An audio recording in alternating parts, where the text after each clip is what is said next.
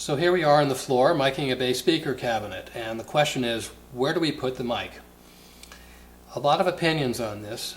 In the end, it's going to depend on the type of sound you like to achieve with your recording, and that may vary from sound to sound. Depending on the position and the type of mic, you can get a lot of tonal variations.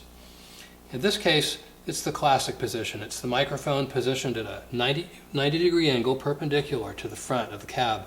I can just slide my fingers between the two, so it's close, and it's pointed right at the center of that dome. Captures the pure sound of the speaker. If you want to move the mic back, doing that will capture more ambient room noise.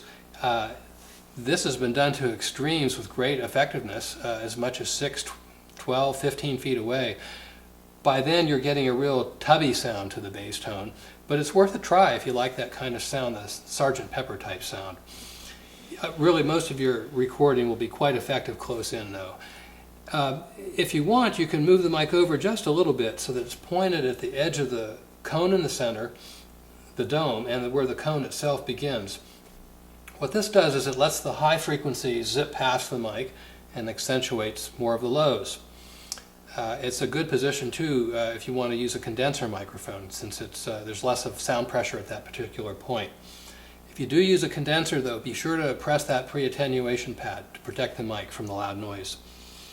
An alternate position is to bend the mic at a 45 degree angle, pointed at that same spot right at the edge of the dome and where the cone begins, so you'll let the highs go by and accentuate the lows.